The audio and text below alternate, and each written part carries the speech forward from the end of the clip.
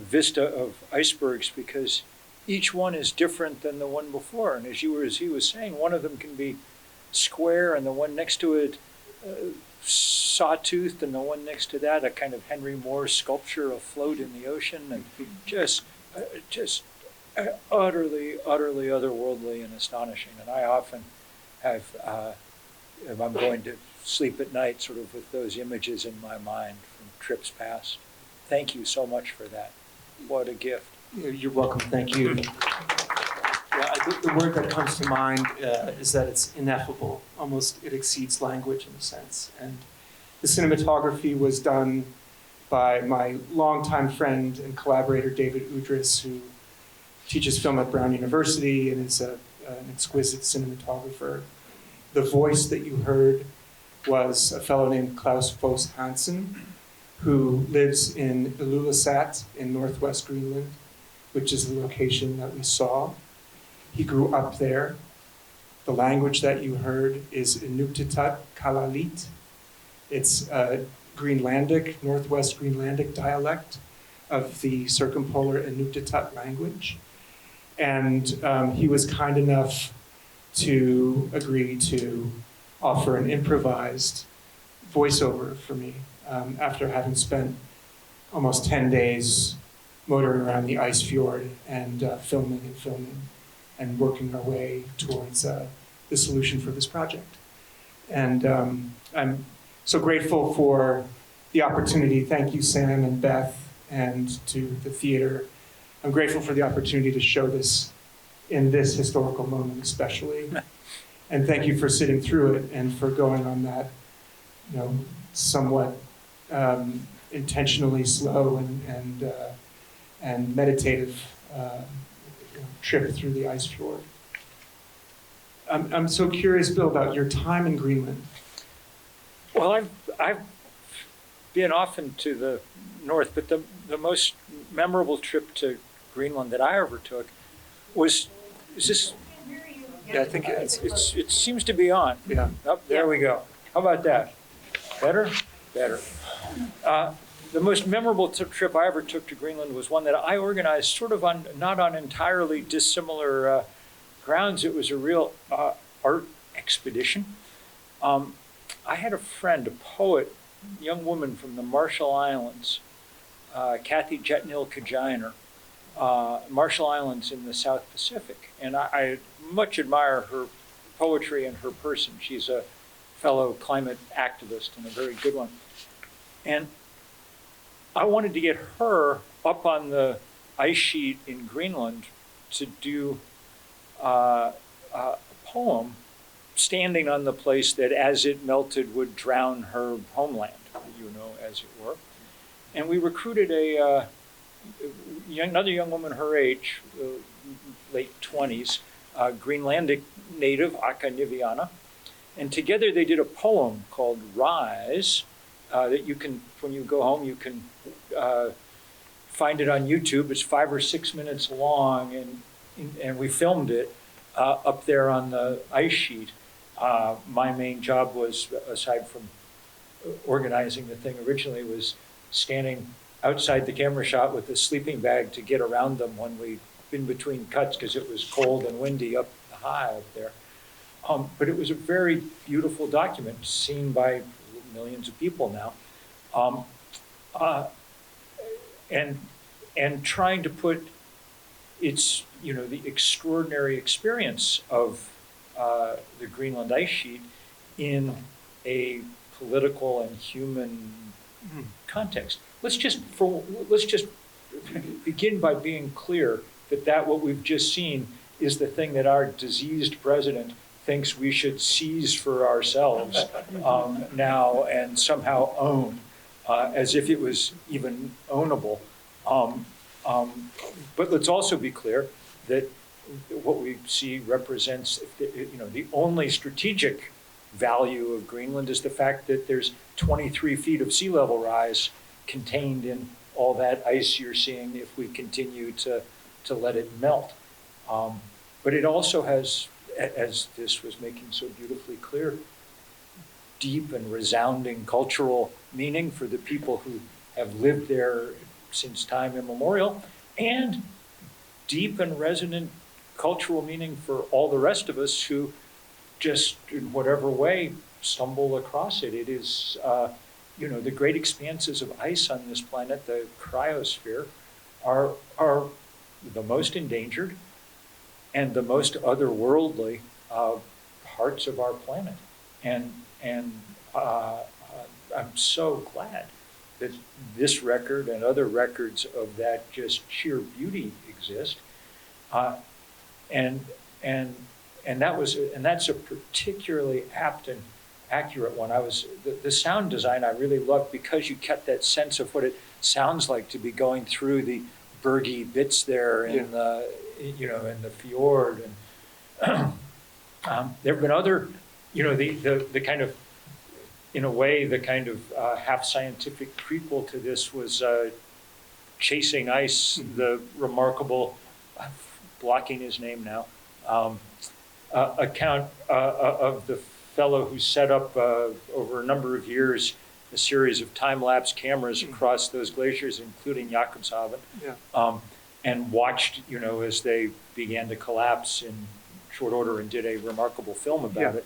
But it's, this is far, far too little known, this part of the world, because you can't see it and not be changed by it, I think. Yeah, I think that's absolutely right. Certainly my 2 trips there have completely changed my outlook, both on my art practice and on the world as we relate to it. And speaking of your observation on the sound, we used a hydrophone and we had very high fidelity microphones. And so we had what's called native sound when we were filming and driving around, and then we had underwater sound. And you'll hear the cracking of the ice, the cannon shots. You'll hear the breaching of whales. We were there in July on this particular trip, and there were a bunch of whales that were feeding nonstop. That incidentally Klaus, the boat driver, knows, and he goes and sees them in the Dominican Republic in the wintertime. And he doesn't know them by name, but he communicates with them in his own way. And so we essentially made a, for those that are interested in this kind of stuff, we made a synthesizer and we could play some of the sounds. And the influence on it was Mickey Hart's Rhythm Devils music for the embarkation sequence in Apocalypse Now. And just to be clear about the initial intent, it's an inane art idea, really. The idea was to go to Jakobshavn Isbre, as it's called, or Nunat Kalavit. It's the, I'm blanking on the name of it, what it is in Greenlandic. But basically to restage that sequence and to find that, in fact, Kurtz was not there, the colonial aggressor was not there, and perhaps it was us. And we were really rescued in the end because this is something I'm very curious about talking with you about, is that in the end, Klaus's introduction of the notion, the Inuktitut notion, sila, which is the word for weather, spirit, knowledge, breath, an animating life force, was something that really blew our minds, because there we were trying to represent the principal predicament that we have, which is the legacy of colonial extraction and conquest, which is being played out again. And then here he was introducing a radically different worldview. It's a different operating system. To have the collapsing of weather, knowledge, spirit, a deity, into one word or one concept, to me suggested immersion, interconnection. And this came in 2019. You had just published Falter, this kind of popular turn towards people seeking new ways of being in the world, I think was really a condition. No accident that mycelium networks and trees and like the Powers story, the Over story, these were themes and structural forms in the world. And so Klaus, in a beautiful way, reintroduced us to this notion of interconnection, a radical interconnection, in distinction to the viewpoints that many of the explorers that we might celebrate, Frederick Edwin Church, William Bradford, the people that depicted the Arctic on those great expeditions, completely different subjectivity, one of incessant adaptation. And the thing that in Falter that I really connected with when I found my way to it, I think around the summer when we went in 2019, was that you spoke of the Eagle Glacier with a scientist buddy of yours, and you said, quote, he was gobsmacked when he saw the scale of its diminution. And so for me, the question was, and this is a question for you, Bill, and for the audience here, how do we translate scale? How can art communicate with science and activism to communicate scale in a time when we're seeing Greenland through a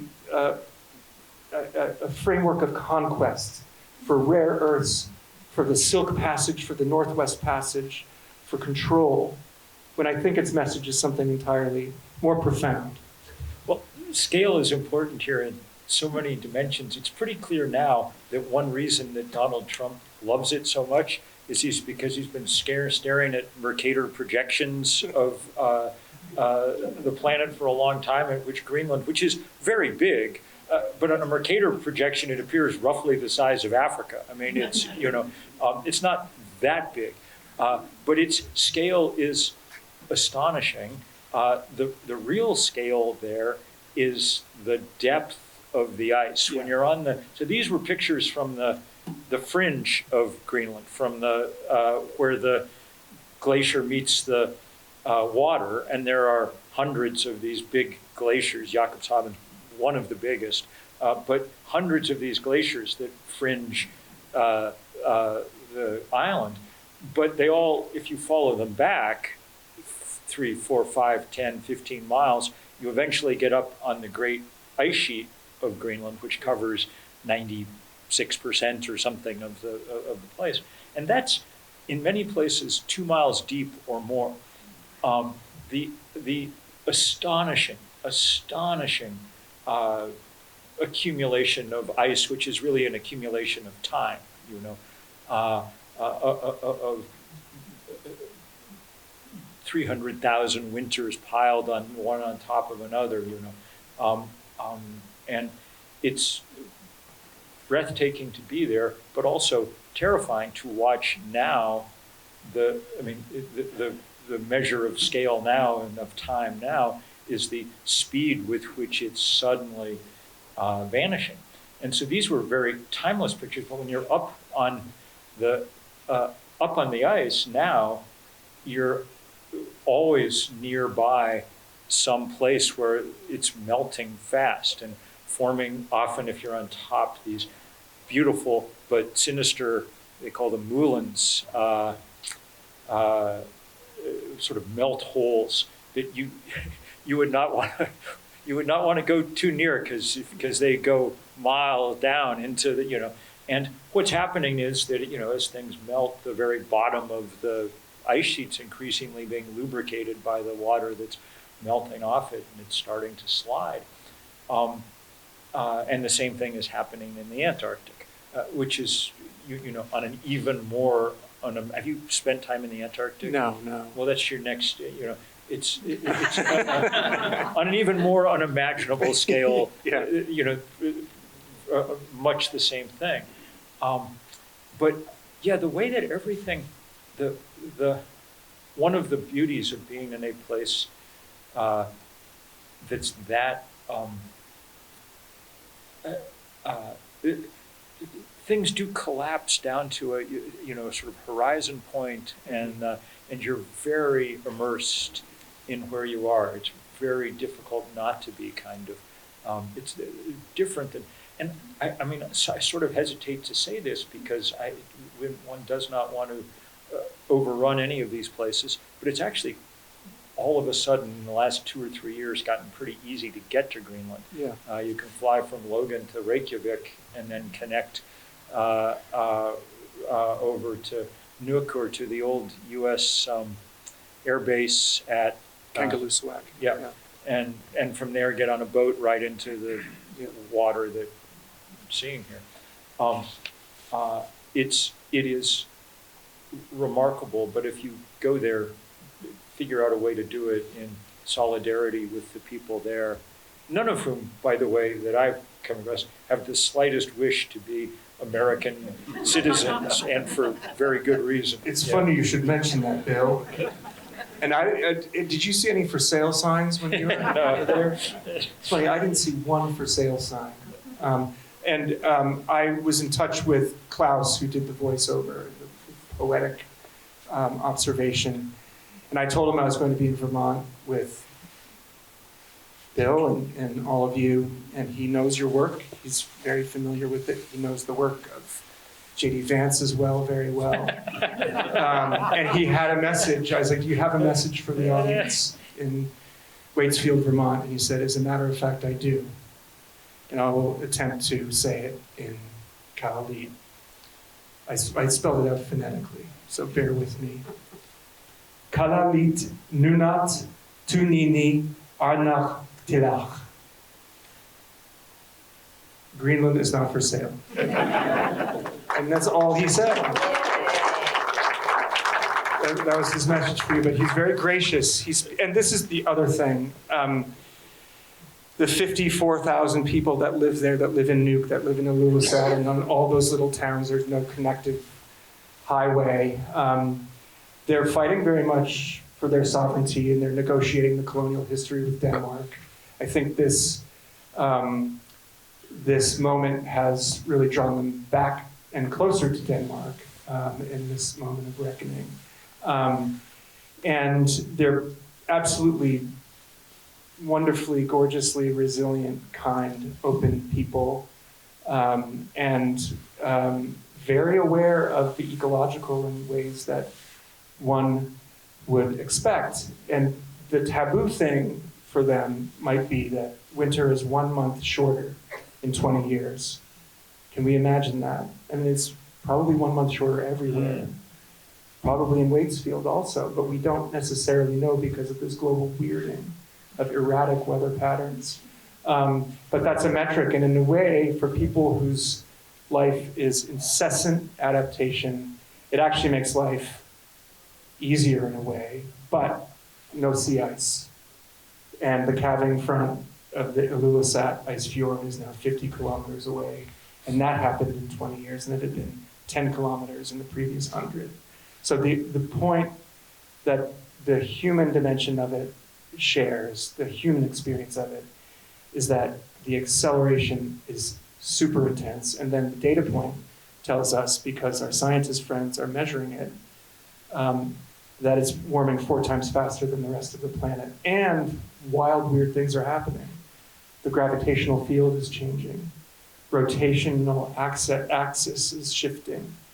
And that's because of the melt, and we don't even really know what's happening in Antarctica. One of the things that's happening in Greenland is a big increase in seismic activity, in earthquakes, because the weight of the ice is coming off the rock, and as it rises up.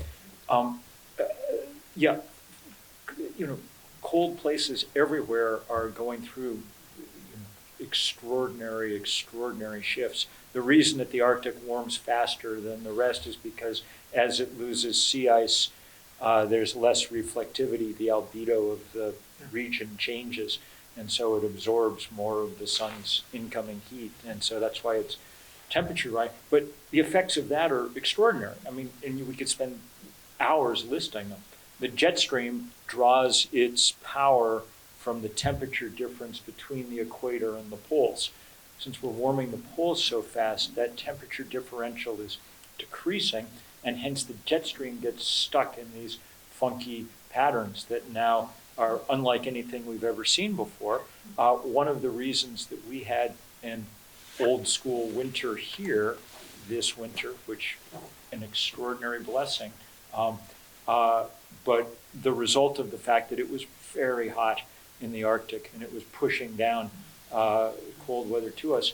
And we were the great exception to the rule. the U.S., the continent, check this out. You know it was pretty cold winter here. Continental U.S. as a whole had its second warmest winter ever this winter. The heat out west was almost beyond belief. And as a result, there's no snowpack, very little snowpack in the Rockies, and there'll be none after next week because beginning yesterday, we're seeing a heat dome settle over the Southwest. The temperatures are going to break every March record that there's ever been across 6 or 7 states.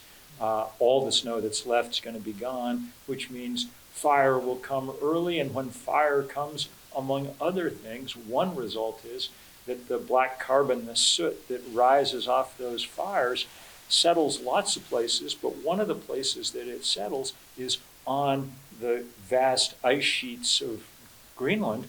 And once that black soot starts to settle there, it inexorably increases the amount of solar radiation that it absorbs and speeds up this melt. Meanwhile, as that melt pours fresh water, because all that ice, when it froze, even if it was, even the sea ice, it precipitated the salt out, but the ice is freshwater ice over Greenland. When it melts, it pours fresh water into the North Atlantic. That sudden change in the salinity of the North Atlantic changes the density of the water, and it's the density that accounts for these enormous, the Gulf Stream and the other huge Atlantic currents that are the biggest heat distribution engine on the planet. So, the degree to which we're changing everything as we change this is truly astonishing. And Greenland's as close to a kind of ground zero for as many of those different functions as you can imagine. So what a place to have been. And I think precisely because what happens in Greenland doesn't stay in Greenland. It ends up on our beachfronts, on every beachfront. That the ocean, our friends at JPL will tell us that the Greenland ice sheet has contributed 10 centimeters of sea level rise to the ocean in 20 years. And that's in 20 years, and that's the entire ocean. And we know that because of the GRACE satellite that can measure the surface of the ocean to the tolerance of a centimeter. It measures the gravity differential, yeah. And it's quite astonishing. Yeah. I'm sorry, go ahead. Can I read the end of part of this poem that Kathy and Aka wrote? Because it makes this point, and this is the one they were delivering up on top of the ice sheet. Let me bring my home to yours. Let's watch as Miami, New York, Shanghai, Amsterdam, London, Rio de Janeiro, Osaka try to breathe underwater. None of us is immune. Life in all forms demands the same respect we all give to money. So each and every one of us has to decide if we will rise. And that was the end of that poem that they did. And it's entirely true. It's not that, Greenland's not melting because there's some change going on in, independent of us in the world. This is the direct reflection of the amount of carbon that we pour into the atmosphere. And one of the things that makes it extremely sad now is that there's no need for us to be pouring carbon into the atmosphere. We have developed, and there's people here like Hito who've played a role in all of this, developed a set of technologies that allow us to do the things that we need to do on this planet without pouring carbon into the atmosphere. We're just not doing them. And we're not doing them, by the way, in Vermont as much as we are in a lot of other places. Vermont's had a 15-year de facto moratorium on wind turbines in this state. And the reason that we've had it is essentially we don't want to look at them. And as a result, we're playing a serious and bigger role than we would otherwise be in doing to the ice sheet in Greenland what's happening to it. So this is at some level not complicated at all. If I might, I think we share a propensity or an interest in what you sort of self-reflectively and perhaps a little humorously called dark realism. And a dark realism that is what Donna Haraway might call a staying with the trouble, perhaps. And yet, I'm glad that you brought that up, because I feel like Here Comes the Sun is a profound pivot. And you make some beautiful points in the book that actually, apropos of the sun as a symbol of hope or enlightenment or light, that there's actually a tremendous amount of potential and hope that you cite statistically, you cite anecdotally. And I'm so pleased to get to share this moment with you when this book is out, because it's so important in a moment where we might all be feeling so discouraged. And so one of the things that I really responded to is how you describe, irrespective of what's happening in Ukraine or now today in Iran, there's a revolution that's actually happening, and it's happening whether some people want it or not. Well, I mean, it's a revolution, and it's very much a war too, and it very much is the war that's going on in Iran in a lot of ways. Yeah, I mean, we now know, as I say, how to produce the energy that we need from the sun. And when I say the sun, I mean the sun and the wind. The wind blows because the sun differentially heats the earth, you know, producing the breezes that turn those majestic turbines. And that's extremely good news for everyone, because, well, A, it gives us some hope, not of stopping global warming, too late for that, but of starting to shave tenths of a degree off how hot the planet gets. It gives us some hope of saving the 9 million people a year who die, 1 death in 5 on this planet, from breathing the combustion byproducts of fossil fuel. And it gives us some hope of upending the oligarchic power of the fiends who control the various pivot parts of our hydrocarbon system and are clearly willing to do anything to maintain it. I mean, Donald Trump, when he took over Venezuela, didn't even bother making the usual protestations about human rights or democracy. He just said, you have oil, we want it, we're taking it, you know. Energy dominance. So it's a beautiful possibility, except if you own a oil well or a coal mine, and then you're willing to do anything to try and defend the status quo, including, obviously, go to war. And so, yes, that's the moment that we're living through right now. The promise is that, and the thing that makes it more than just a kind of scientific story, is that the sun is its own remarkable aesthetic being in the world. You know, the most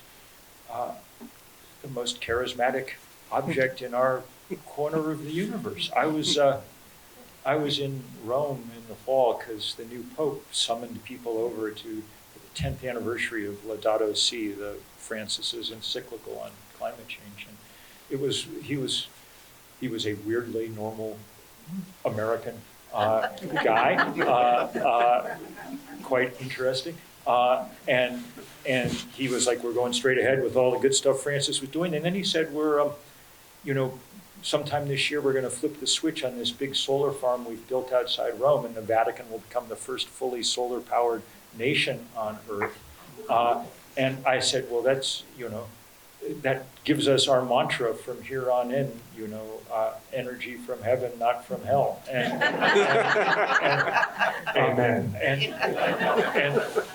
And so, yes, think of that moment 3 springs ago when we had the eclipse here in Vermont, and how everybody piled into Vermont, biggest traffic jams in Vermont history, but quite happy ones because people were in we had totality here. I was on the quad at Middlebury, and there were 1,500 students out, all of whom put their phones down for a full, hour and watched this remarkable thing happen, and it was really great.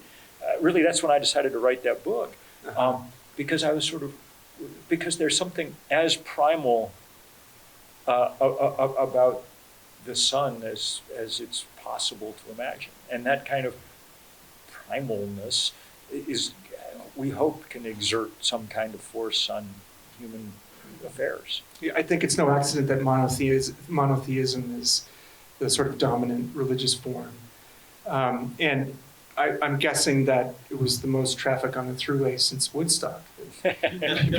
And I think, people are very eager for things to come together on, things to bring us together. And I'm glad that you mentioned that, because I was very curious, having grown up west of Boston and being just old enough to remember Earth Day, and this is an intentional question with a quick pivot into another day that you organized. Where were you on Earth Day 1970? I was just west of Boston, too. This is sort of like a joke about the Irish guys at the bar. Oh, you grew up, you were there on Earth Day, too. Oh, very good. And they realize they're brothers. So no, tell me exactly where you were. Do you remember it as a signal event? Oh, absolutely. I would have been 9 or 10 at 9, I guess, at the time. And it was a signal event. There were 20 million Americans in the street on the first Earth Day, which was 10% of the then population. So, we had, thank heaven, massive turnout for No King's Day in the fall. And of course, you're all reminded that March 28th is the next iteration of this, Get Somewhere, on that day. But even that massive turnout was much smaller than 20 million. You think there's about 8 million people around, and in a country almost twice as populated as the one. So the scale of what people did in 1970 was remarkable. And it gave us, within 18 months, Richard Nixon, no friend of the environment, had no choice but to sign the Clean Air Act and the Clean Water Act and the Endangered Species Act and everything else. And everything that we're now quickly unraveling. Right. I mean, since you're dying to know, I was 3. I was in the back of a station wagon, not a Plymouth Fury, a Chevelle, in Acton, Massachusetts, on the Isaac Davis Trail, no less, watching my sister and Gardy Bradley and her friends and my mom and Laurie Bradley, the moms, pick trash out of an old bog, essentially. And I will never forget it. And I'm sure it's no accident that I've been painting the earth ever since and thinking about it. And my question for our group, highly educated, empowered, activist inclined, I'm guessing, how can we pile in on Sunday? How can we make another Earth Day? Because I feel like every on-ramp to your Sunday is a potential MAGA off-ramp, because MAGA's a bummer. It's not cool. It's no fucking fun. No one really likes it. And the sun can bring us here. I'm sorry to drop an F-bomb. Apparently I'm upset. No, it's yeah, absolutely right. So Sunday was this thing we did the first iteration of last September. Some of you showed up we had about 500 events across the country. It was great. And it's going to happen again in 2027 around the globe this time. We're not doing it this year because this year the only job is to win the midterm elections. And that's where we're engaged.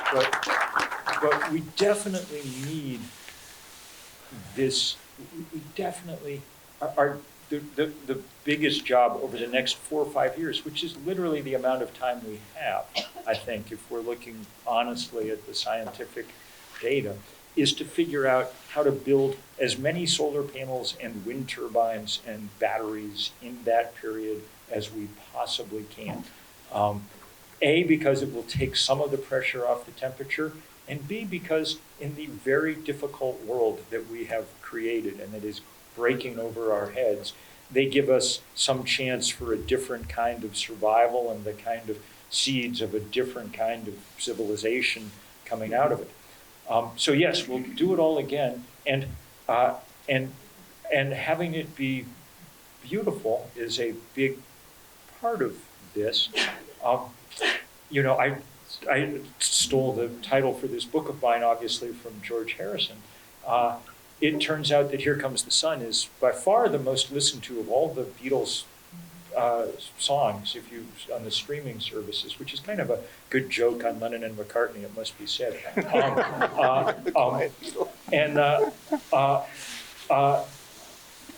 We put together a playlist of like 500 songs for Sunday, because every musician worth their salt has done a song, unsurprisingly, about the sun. It's a somewhat longer and better playlist than the one for like great songs about fracking. It's sort of a dirge.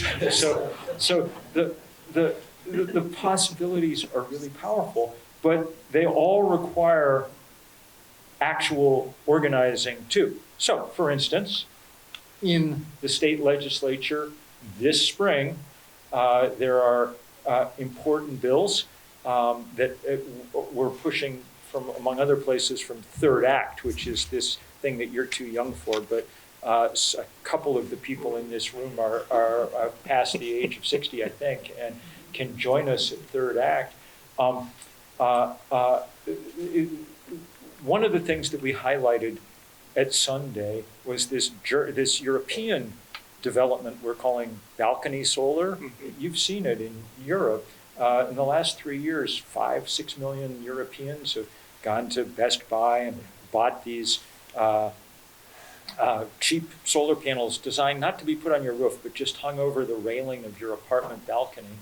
And on the back, they plug directly into the wall, no electrician required. They produce maybe 20% of the power that an apartment might use, enough to run a refrigerator or something often. So not everything, but not nothing either. Illegal every place in this country, except that progressive bastion, the state of Utah, which in March last year unanimously passed the enabling legislation, and as of next week, Virginia, where the new governor has promised to sign the bill that passed yesterday through their state legislature. Hopefully Vermont will join them. We got it through the state Senate on a unanimous vote. So unless they succumb to the altogether too frequent Montpelier disease of just putting things off for another year, we should have, and I hope we do, because to help an Associated Press guy who wanted to write a story, I installed one at my house in Ripton last month, where it's churning away fine, but I think I'm technically in violation of the law at the moment, and though I've been to jail for a number of things over the years, I just as soon not go to jail for that, so hopefully they'll retroactively legalize me pretty soon. Yeah, soon. But this is a place that one call to your state legislature just to remind them, your state rep in this case, just to remind them not to let this one fall through the cracks would be extremely useful. One nugget of detail on that you mentioned in the book was how the advocates in Utah framed it. What was it precisely that made it appealing, and how can we take some of that language when we talk to legislators? Well, in general, I think, so the libertarian Republican who introduced it in Utah said, if it's good enough for the people of Stuttgart, it's good enough for the people of Salt Lake, which was a good point. In a larger sense, actually solar power turns out to be one of the few things that actually unites people across ideological lines in lots of ways.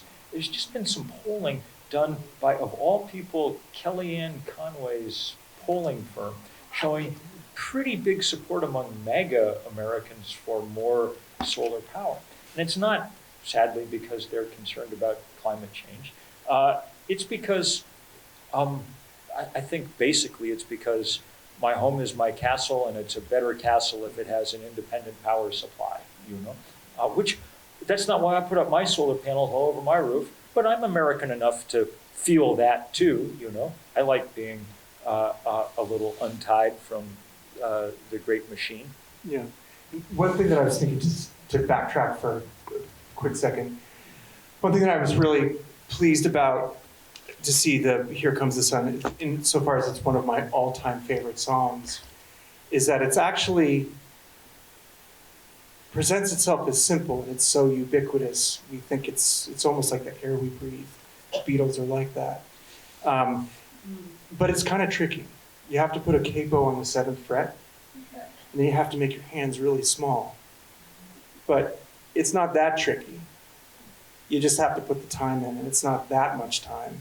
And then once it works, it's a miracle. And I think that, in a sense, is like the process that you're indicating and inviting us to with the solar stuff. Tell us what you're onto now. What are you going to make of this remarkable document that you put together? How can we help people know about it and spread the word and so on? Well, thank you for asking. I am so pleased it's here and that Sam and Beth have chosen to program it in their wonderful art space. And I'm hoping for it to play in lots of places just like this and get it on lots of screens because I'm feeling a certain urgency and a particular opportunity around Greenland being reframed as site of conquest. And the urgency that I feel is that I think the folks that live there and the images that are there should be filling us with a sense of possibility and wonder, a different kind of wonder. We can't go back to the climate of 20 years ago, but we can think about the next 10 years as our decision space. Perhaps it's 5 years, whatever it is, but to inspire people through the wonder and awe of this. So specifically, spread the word and think about it and carry it with you. And if you think of programming opportunities, such as the Kunsthalle, Mad River Valley Arts, which is so wonderful, all the cultural work you're doing and setting up scenarios like this, it's really special. And the longer extendo version of it, Bill, is a project that I've been working on that's more of a collective project than an individual project, which so much of art is, which is I'm working with David Udris again and with earth scientists at NASA and JPL and UC Irvine and at the National Center for Snow and Ice at Boulder and Moss Landing. And we're making a film project called Influx, Arctic Present, Planet Future. And I didn't ever think that I would have to hustle to make a project that's about established and basic science, but it seems like it's upon us again. And the scientists have been gracious enough to allow us to ride along with them and to document how the data points that you hear are actually created in the sites that they're created, and they're very charismatic, wonderful people. And so the next chapter on that will go to Alaska, and the next chapter after that perhaps will go to Antarctica, though that's being very well documented. And I think every seat on those boats should be for scientists. And the pivot is from that is, very much inspired by this, a pivot into carbon sequestration as an organic force and that which can fill people with possibilities. So the sun and different types of photosynthetic processes are the next chapter. So, and we're raising money, foundation money, we're raising awareness, and we're also looking for people that want to do the same thing as us because our tent is plenty big. I'm so glad you're doing that, and in part because, if for no other reason, to be documenting as much of that basic science right now as we can, because every single institution that you named is under attack if it hasn't already been eliminated from the federal budget. It's only in a sense. I mean, we were very lucky that the climate crisis came when it did at roughly 350 parts per million CO2, because that happened to coincide with the fact that with the moment when we suddenly had the satellite, supercomputing, other kind of resources to understand it. If it had come at 300 parts per million, we would have broken over our heads before we had any real idea of what hit us. But we're now, and this is, the last year has been filled with one terrible thing after another. But one of the most terrible is the just destruction of that scientific enterprise. The most important scientific instrument on the planet ever was the one that Charles Keeling put on the side of Mauna Loa in 1958 to measure the CO2 concentration in the atmosphere. It produces that Keeling curve that you've all seen of rising CO2 levels, which is the document of our folly as a species. They're actively trying, and probably will succeed in unplugging that instrument before the year is out. On the grounds that, I mean, basically they're like, it's like a heist movie where the bank robbers have to spray paint the, surveillance camera before they blow the safe so that no one can watch. I mean, that's basically what's going on. Yeah, I mean, I think we can take heart that there are a lot of other instruments that are still going, even the while, Europeans are even yep. and even at JPL and NASA, Yep. but it does seem. I mean, it's sort of like the New Deal in reverse. Yep. It's and like the reapportionment of funding for basic science is now going to defense, but it's not forever. It's not theirs to break, and we know what's happening, and we are scrambling to document as much as we can. And I mean, we were personally affected by it. We were to go for another trip to Greenland to document another experiment, which was then to be used in Antarctica. And for us, for a film crew, for artists, it's a setback for science and for a critical reason and for the Enlightenment project of, even climate change aside, understanding how the Earth works. It's a roadblock at least, and it's a setback for sure, but it's not forever.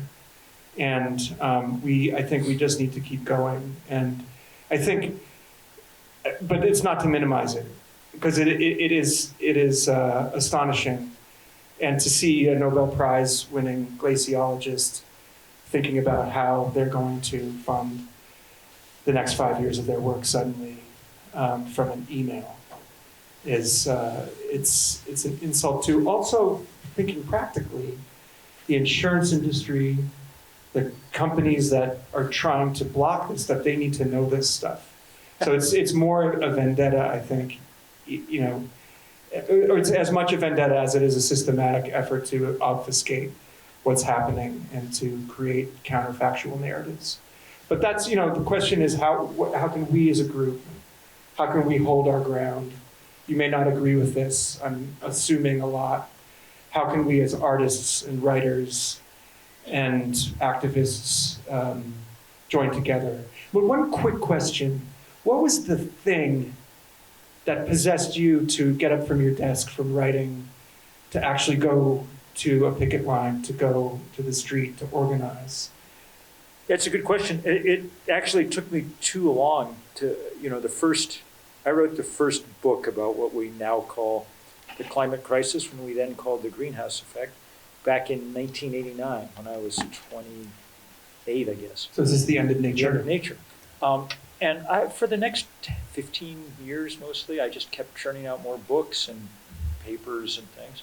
Because, for writers and academics and things, one sees the world as an argument that needs to be won. And once it's won, then the powers that be will do what needs doing. It took me too long to figure out that, we'd won the argument. There's literally no scientific dispute about what's happening on the planet and what's causing it and what it'll mean.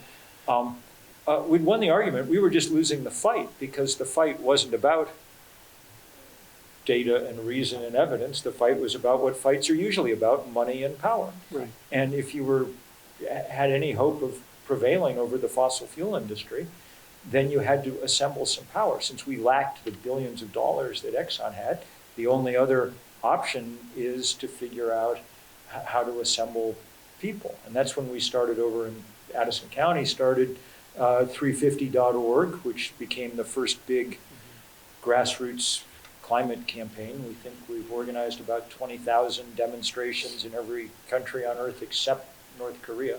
And in more recent times, Third Act, which we now have 120,000 older Americans at work doing this.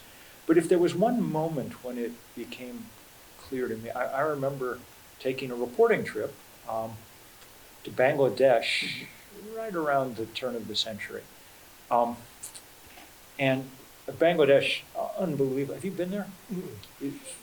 Please go at some point, because it's a place that it's in most ways sort of the utter opposite of Greenland. It's the most crowded, the densely populated place almost on the planet, but it has many of the same features. It's a fantastically wonderful place. Basically intact peasant agricultural system. It's on the river delta, so the highest point is 6 meters above sea level for most of the. And so I was going there because they face big chronic problems from climate change, sea level rise, the collapse of the flow of the Brahmaputra from the Himalayas eventually, and so on. But while I was there, they were having an acute problem. Their first big outbreak of dengue fever, which is the most classic now climate-caused disease on the planet. The mosquito that spreads it loves the warm, wet world that we're making for it. And so they were having this first outbreak they'd ever had, and scared the hell out of everyone. I remember big blown up drawings on the front page of the newspaper of the mosquito and what to look for. I was spending a lot of time in the slum, so I eventually got bit by the wrong mosquito, and was as sick as I'd ever been. But of course, I was strong and healthy going in, so I didn't die. Not true of a lot of people there. And I remember being in the vast sort of makeshift clinic they'd set up at some place in downtown Dhaka with thousands of people on cots just shivering from this disease. And in between feeling wretched, I was also just feeling the incredible unfairness of all of this, because there's 180 million people in Bangladesh. They are literally a rounding error in the flow of carbon into the atmosphere. You almost can't get a number for how much this country has put in, as opposed to the 4% of the human population that lives in the United States that's produced about 25% of all the greenhouse gases in the atmosphere. No country on earth, China included, will ever catch up with us. When you see what's happening in Greenland, it's us more than anything else that's driven this change. So when I saw that, it seemed time to do more than write some more books, and that's pretty much when we started trying to. And there's people in this room who are on the. We did this march up the west side of Vermont in 2006 from Ripton up to Burlington, and by the time we got to Burlington, there were 1,000 of us marching, which in Vermont's actually a large number of people. Is that 30% of the population? Yeah, and I remember Bernie, then running for Senate for the first time, met us on the outskirts of town, and Bernie was so excited. He said, "This is great, I haven't seen anything like this since the Vietnam protest. This is fantastic, all these people, what is this about again?"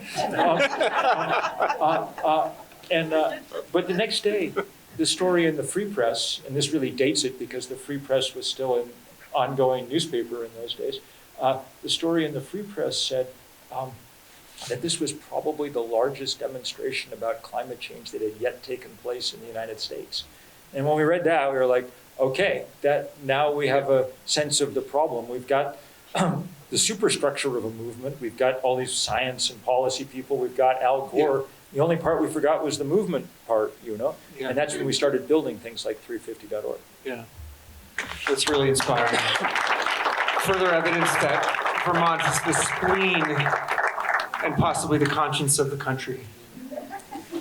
And it's very special to be here. I don't want to. I have a million questions. Let people ask questions. Yeah, exactly. I don't want to. I'm being a ball hog here. I think we want to hear more about this movie and what it all means. So, if people far away, would be great. So, would anyone care to talk with us or have a question?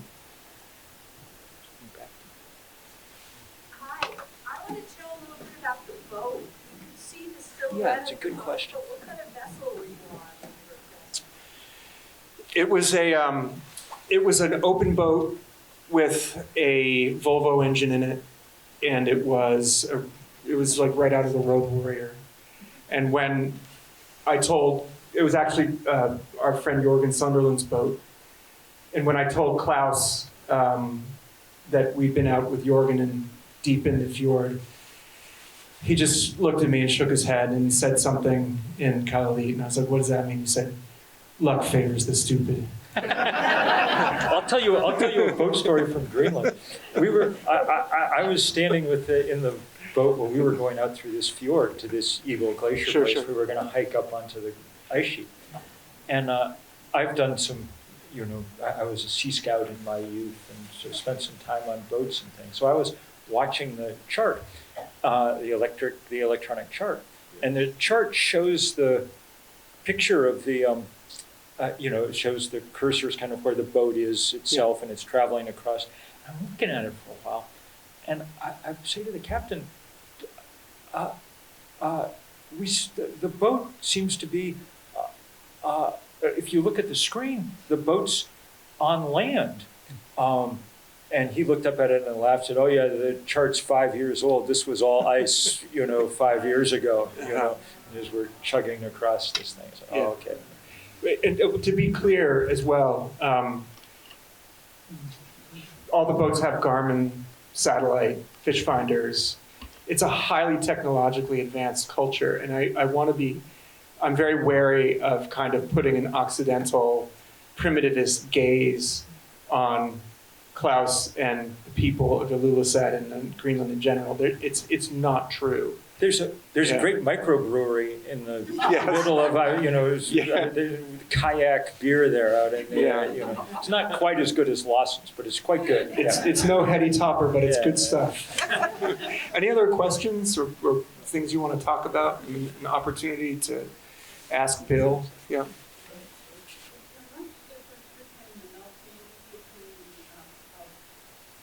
The Arctic versus Antarctic. Are there any stats on comparing them?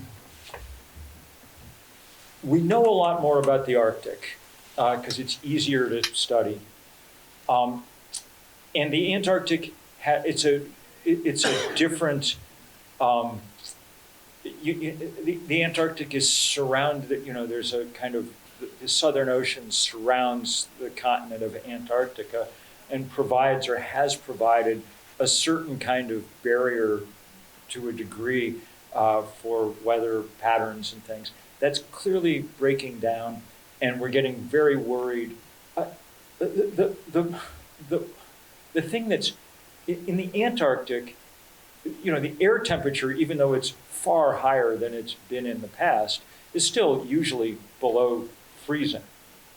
But the ocean temperature is now very elevated, and really what's killing off the Antarctic glaciers is less the kind of surface melt that we see in Greenland, at least in the summertime now, and more this submarine erosion melting up from underneath of these great ice sheets. And it's really scary. Partly because we don't understand the dynamics all that well, and partly because there's extremely little we can do if we let it, the forces are so vast. Once you see them in person, you understand that like any human efforts to actually try and, people come up with these plans about we're going to try and pin the glacier to these forces are so big that the thought of doing anything except lowering the temperature just seems pointless. Yeah, one can imagine, and there are lots of geoengineering solutions that I've been reading about, not as a scientist, but as a sort of a curious person. And to support what you're saying, Bill, the research that's been done in Greenland, especially around measuring and indexing warming oceans and the dynamic between warm water coming up over the sill and eroding glaciers from the bottom. They're doing some of that work in the Thwaites and Pine Island ecosystem, and they just published some information yesterday about it, and it's likely that it's much, much, much more extreme than we know. And it's super important for us to support funding for the efforts that were done with a program called Oceans Melt in Greenland to get work done there, because that really is the holds a lot of the future of how and where we will live, in its hands in Antarctica. But my understanding is that, like, the scientists that we've been working with, they just don't know, and they want to know, they want to go, and they're hitting a little bit of a roadblock right now. Well, among other things, we've decommissioned the main U.S. scientific icebreaker vessels that go down there as part of our. I keep coming back to this blinding ourselves kind of thing, but it just is so stupid and so dangerous to be doing it right now. My 2-year-old grandson has now happily, as of a couple of weeks ago, emerged from the belief that if he covers his eyes, he disappears. But that clearly is one of the governing principles at the moment of U.S. Trump administration scientific policy. Yeah. Yeah. But the scientists are holding the line, really, the folks that I know. And they're very focused on finding out. And if science measures and art digests, journalism and activism communicates and builds community. And I think that we can rally around it to divine those differences and understand them, and we have to.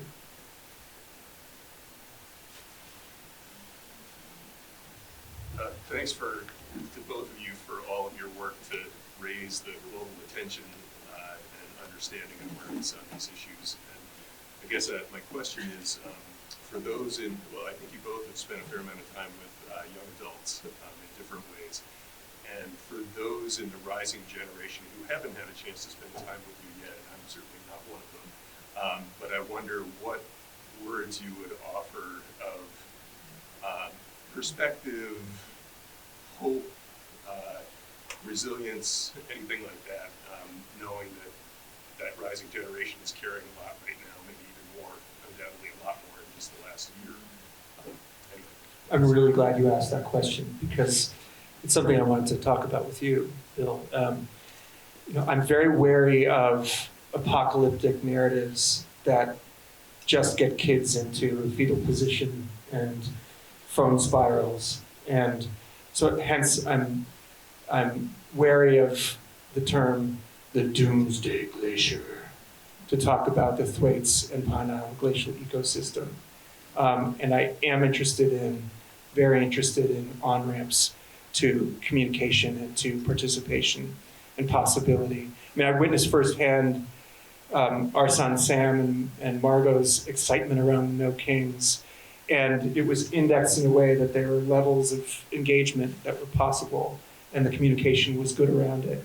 And granted, they're in a progressive school, but that was a very strong mobilizing force. I mean, I've tried one time to do a project with Snapchat, and the challenge there is to try to get it into the carousel. But my son said, "Why would you use Snapchat, Dad? I mean, come on. It's all kids between, everyone between 14 and 25 that uses it. No one else uses it." And I said, exactly. Being non-digital native, it's a super, super important question, and I'm sure it's something you've thought about a lot. And you teach so much, and you're with undergrads a lot. Yeah, I teach some, and we, of course, started 350.org with 7 college students and work mostly with young people around the world, and young people have done a spectacular job here.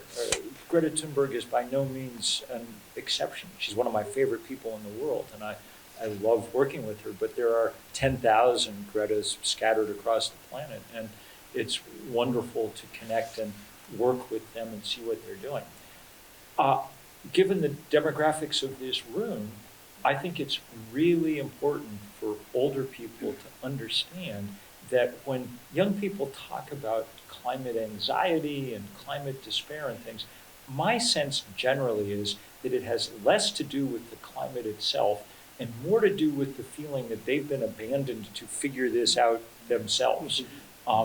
And so it is incumbent on people it's one of the things that at Third Act we work super hard. The first demonstration 4 years ago that we ever did at Third Act was because friends of mine, high school kids from Fridays for the Future, which is the kind of offshoot of Greta's movement, called me up and said, we want to take on the big banks, Citi, Chase, Wells Fargo, B of A, that are the biggest funders of the fossil fuel industry. But, we're in high school. We don't have, checking accounts. We don't have credit cards. Can you help us? And I was like, well, if there's one thing we have, it's credit cards, And so, yeah, we'll show up. And the first demonstration was it was in Boston at Downtown Crossing down there, Washington Street. And there were hundreds of high school kids, because they really do understand, I think, the barrel of the gun down which they are staring.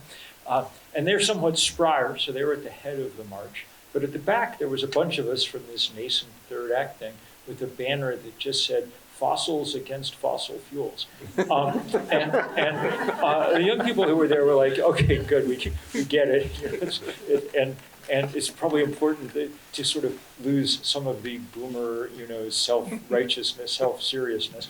But it's really useful to figure out how to back people up.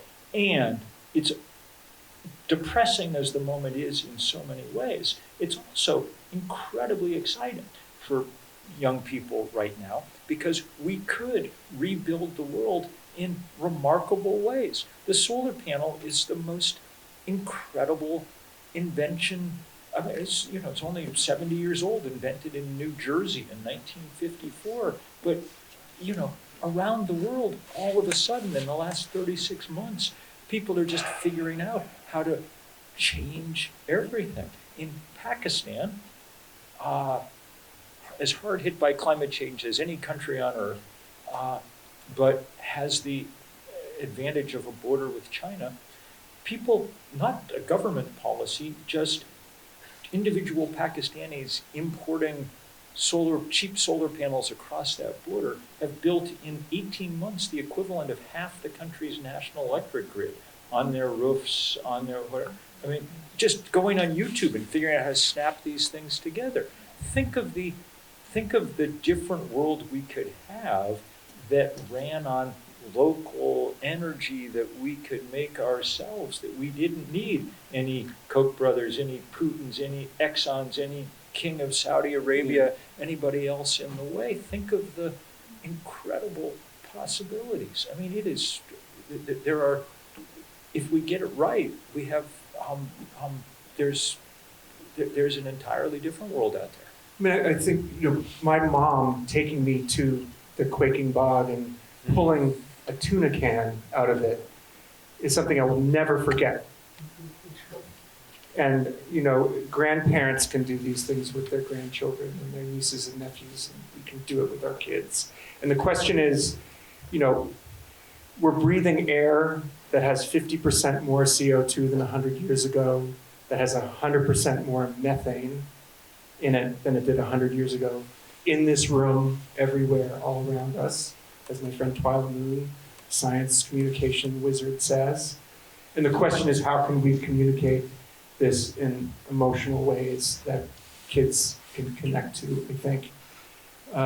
And I certainly, it's top of mind. And I think, again, Sam, thank you so much for bringing us all together here and for us to share the space in this moment, this time of tremendous grief.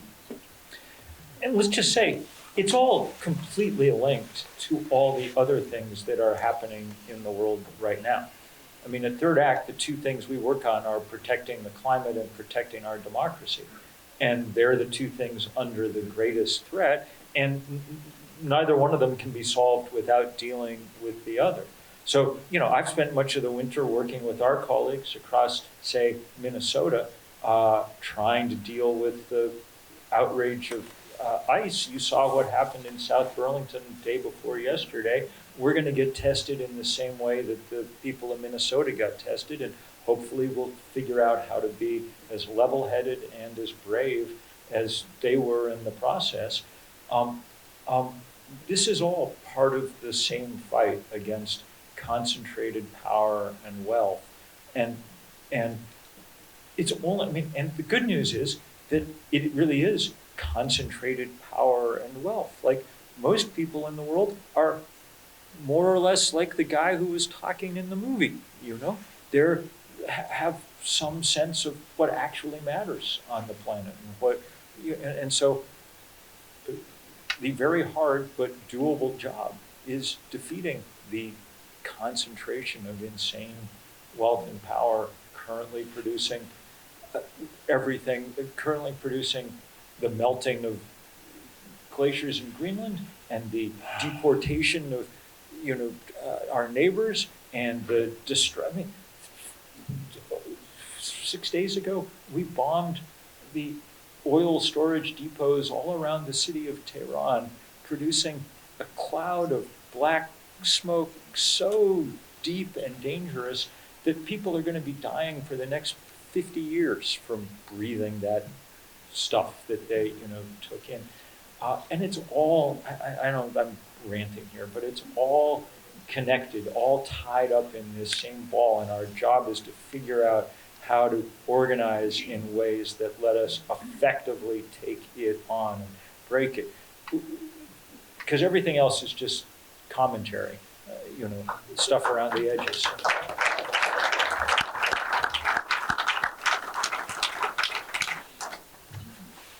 It's S202 if anyone's trying to advocate in Montpelier. That's the act number. Thank you. Get the mini plug-in. Thank you. S202. How would you recommend, okay, No, go for it. would you recommend the artists among us to be more active as activists and hopefully have an impact? That's a question. Artists. That's a good question. How can the artists amongst us have a bigger impact on what's going on around us? We all have this urge, and so what do you recommend in the big picture? Far be it from me to prescribe a solution to this question, but it is an enduring question for me and for my generation, and for many artists after the conceptual turn. How do we accommodate an art practice that could include activism, that could include a social space, that could include reflection on the state of the world? And the one thing that I talk about with my students who are in an interdisciplinary program is that there's no single solution, there's no one medium for any particular idea. Let the idea come first and the feeling come first, and then you will understand and dwell in the place of your greatest passion. And then you will understand what you have to do, whether it's a painting or it's a performance or it's a photograph or a film or a collective action. And that's what I talk about with my students. But it doesn't stop, right? The answer to your question is yes. That's exactly the right question. And I wrote a piece many years ago that it was sort of like, why is there so little art about climate change? Which has changed since some. And I think the reason at first that there was so little art about climate change is because art grew up in large measure to address the conflicts between human beings. That was the interesting story for 5,000 years. So that's what most great novels and librettos and everything are about. Now that all of a sudden what's been the static backdrop to human experience has become the chaotic foreground, now that our relationship with the natural world is the most fraught, and now that's changing and art is emerging, and that's good, and over time it has a really important role to play. And all of us who are in one way or another artists also, I think, sometimes need, not all the time in our work, but with some portion of our work, to be willing to subjugate our own personal vision of the world and figure out where the movements are that need help and go help on their terms. Figure out how to be creating. So when there's no King's Day, art is a huge help. And you don't need to schedule your own day or have your own vision of it or what you need to be, find where people are and bring, just in the same way that people who are good at cooking food need to show up with, pots of stew to keep people nourished when they're out trying to fight ICE officers or whatever, non-violently. So artists need to, and it's difficult because the definition of an artist in a way is someone deeply driven by their own personal vision of the world. But part of the job of the moment is being willing to overcome some of that, a little bit of that ego too, I think. Yeah, I mean, I think the last thing, our concept of the artist is so informed by the Renaissance and the Enlightenment, and it's often the reflexes to privilege singular acts by extraordinary individuals. And yet, in the tension between the individual and the collective, there are so many artists who are showing us the way through relational aesthetics, through relational art, through social art.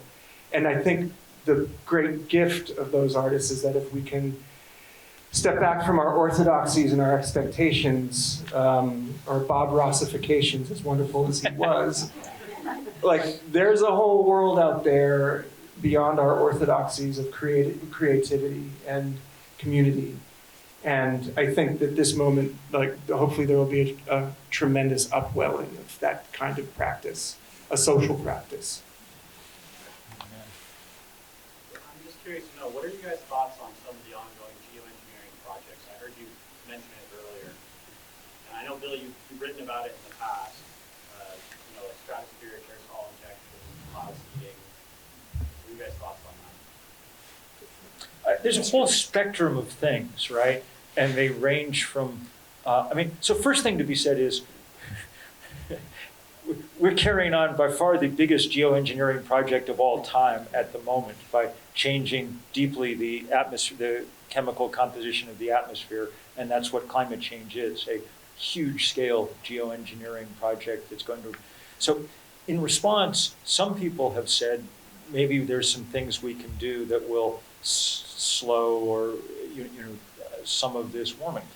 They range from fairly small, even these are not in any way small, but relatively localized efforts around things like droplets of ocean water propelled above the ice sheets in an effort to keep them from melting as fast and things like that, this kind of brightening effort and stuff. I think that, again, my sense is that the scale of the systems that we're dealing with are large enough that that's hard. That goes up to the things that actually probably are doable but just are incredibly dangerous. The injection of sulfur into the stratosphere in an effort to block sunlight is the paradigmatic example of this geoengineering. It's a terrible idea because, A, sunlight good, B, it turns the sky probably a milky white if we do it, and C, to the extent that we can even model the results, they include things like moving where the monsoons fall and things like that, which you don't want to do if you can avoid it because there's a couple of billion people who depend on the monsoon for their dinner. On the other hand, if we don't get our act together quickly, then it's the kind of break the glass solution that humans are going to pull at when we start having the kind of, we're already starting to have the kind of heat waves that kill lots and lots of people all at once. So I think, I gotta say, at this point, I have my sort of pragmatic sense of what we should be doing is working incredibly hard through the end of this decade to put up as much clean power as we possibly can, to see what that produces, to see where we are at decade's end. And then we're going to have to make some very tough decisions, I think, going forward. And I wish we did. Yeah, and in addition to the scientists to whom I defer on any question like this, say, well, direct from air carbon capture, good luck. Yeah. Putting a curtain in front of the sill in the Lulisat, good luck. The greatest geoengineering project that we could have is to burn less fossil fuel. Period. And the answer is so simple. And those solutions, fascinating, but it seems far-fetched. And the point is that we really could scale the clean energy solution now. There's enough factory capacity in China to make solar panels, we could, in the next 10 years, if we ran those factories that currently exist around the clock, we could produce enough solar panels to produce as much energy as the world currently uses, okay? Now, it'd be hard. You have to change all the cars to EVs and e-bikes and whatever. There's a lot of things, but we're not talking about something that's mathematically impossible to imagine doing. We're talking about what should be the obvious project for human beings on planet Earth at our moment in history. And it's well within the realm of the possible, and it would save us, among other things, huge amounts of money to do it. So, the fact that we can't get it together to do that in a systematic way is, I'm afraid, calls into question just how good an adaptation the big brain really was, We will find out over the next few years, and it'll probably have as much to do with the size of the heart that the brain is connected to, in mind. So let's all follow and join Bill and put a capo on the 7th fret and learn Here Comes the Sun. And follow up with. Follow-up. I guess I'm just curious, are you guys aware that there's currently geoengineering projects happening? And for example, in the UK, they're doing the stratospheric aerosol injection. They're spraying stuff in the atmosphere to block out the sun. How much is that affecting the climate, right? How much is that affecting? No one's doing it on any kind of large scale yet, and even the small test things have been meager at best, because there are some pretty strong prescriptions about doing it for pretty obvious reasons. The closest we got to a test was one that a bunch of Harvard scientists were going to do by themselves up over Finland, and the local Sami people said, "Don't do this here. We didn't cause this problem. Don't experiment with our air." And so they backed off for the moment. But you're right, there are continuing efforts to try and do this. And I will just say, if we're someday going to do this, the deal should be, it's got to be coupled with a deep and immediate commitment to shutting down fossil fuel. The one thing it can't become is a kind of get out of jail free card for the fossil fuel industry to continue doing what they're doing. Because among other things, it's always worth remembering that the rise in temperature is not the only ill effect of pouring carbon into the atmosphere. The other overwhelming ill effect is the ongoing and rapid acidification of the planet's oceans, which in and of itself would be the biggest ecological crisis we've ever faced. We're a planet that's mostly ocean, it's worth remembering. And geoengineering will do nothing about that. So as I say, if we have to break that glass, then shame on us, but let's do everything we can to avoid getting to that moment.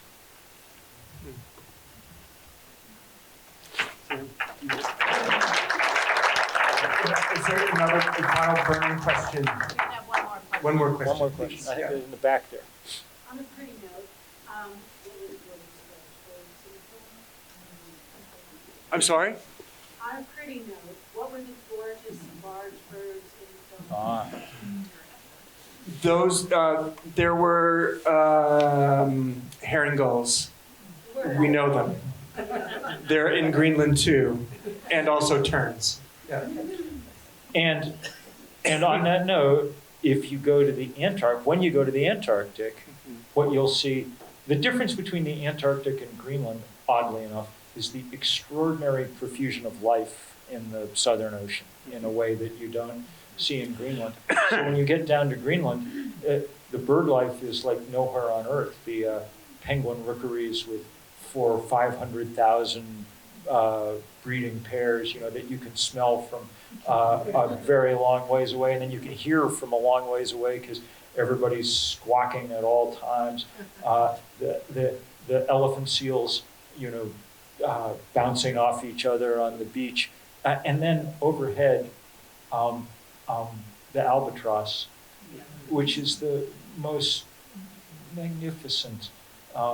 Penguins are great but silly, and whatever. But albatross are, there's a kind of nobility to them that's just beyond all telling, And they can live for many, many years without ever touching land. They'll rest when they need to on the ocean, and that's that. It's remarkable thing to see, and a remarkable reminder that not all is lost. And that's a good, I will just say, you get the last word, but I'll just say, watching the beauty of this extraordinary film is a good reminder that one of our jobs as the species with consciousness is just to pay witness to the incredible beauty of the world around us. I hope everybody made deep mental note of the beauty of this winter that we've just come through, those days of deep cold, which we haven't seen for a while and may not see again, were an extraordinary gift. And when we get those things, part of our job is to be the creature that notices. Thank you for those words, Bill. I just want to say that we also, should enjoy the extraordinary beauty of each other's company as well. And thanks again to Sam and Beth and to the theater. Amen. And to all of us, and also to Bill for your work, your body of work, to see your mind at work, to have a beacon of reason and thought and communicated emotionally is really a gift to all of us. So and thanks so much to everybody. It's very cool. Good work. Yeah. Thank you.